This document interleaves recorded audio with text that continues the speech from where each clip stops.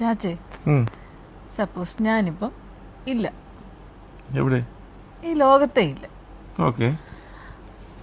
അപ്പോഴാ ചാച്ചയുടെ കല്യാണം ആലോചിക്കുന്നത്. അങ്ങനാണെങ്കിൽ ചാച്ച ആരെയായിരിക്കും ചൂസ് ചെയ്യുന്നത്?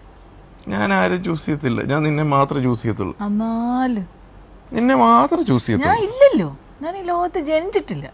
അങ്ങനാണെങ്കിൽ ആരെയാ ചൂസ് ചെയ്യുന്നത്? വേണ്ട, എനിക്ക് ആരും ചൂസ് ചെയ്യണ്ട, നിന്നെ മാത്രം മതി. ഈയടാ. ഞാൻ ജനിച്ചിട്ടില്ല, ഞാൻ ഈ ലോകത്തേ ഇല്ല. അങ്ങനെയാണെ ആരെ ചൂസ് ചെയ്യും? നീ ഇല്ലെങ്കിൽ ഇനി ഇത് പറഞ്ഞിട്ട് അടുത്ത് പ്രശ്നം ഉണ്ടാക്കാനായിരിക്കും.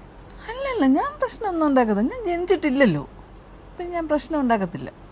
നീ ഇല്ലാത്ത സമയത്തുള്ള കാര്യമാണ് പറയുന്നത്. അത് ഇപ്പോഴൊന്നും അല്ല. ഞാൻ കോളേജിൽ പഠിക്കുന്ന സമയത്ത് ഒരു പെങ്കൊച്ചുണ്ടായിരുന്നു, അവളെ പിന്നെ തലയിൽ മുല്ലപ്പൂ ഒക്കെ വെച്ച് എണ്ണ തേച്ച് ശാലീന സൗന്ദര്യമുള്ള പെമ്പിളേരില്ലേ, അവളെ എണ്ണയൊക്കെ നല്ല മണമാണ്. അവളെ അടുത്തൂടെ പാസ് ചെയ്യുമ്പോൾ തന്നെ എണ്ണയുടെ മണം.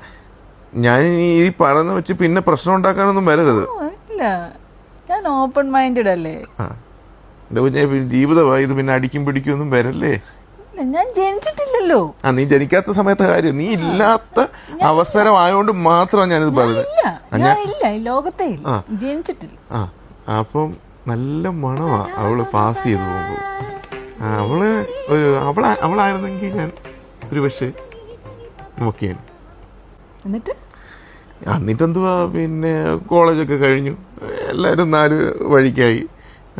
അങ്ങനെ എത്ര വേണ്ടങ്ങൾ അല്ല, എങ്ങനെ എത്ര കാലം കഴിഞ്ഞ് നിന്നെയും കെട്ടി തലയിലായി ആണ്ട് ഇവിടെ കുത്തിയിരിക്കുന്നു. രൂപ ഒരു ചായ ഇടേ. നീ എന്ത് തേപ്പിച്ചോണ്ട് ഞാൻ ചെയ്ത്?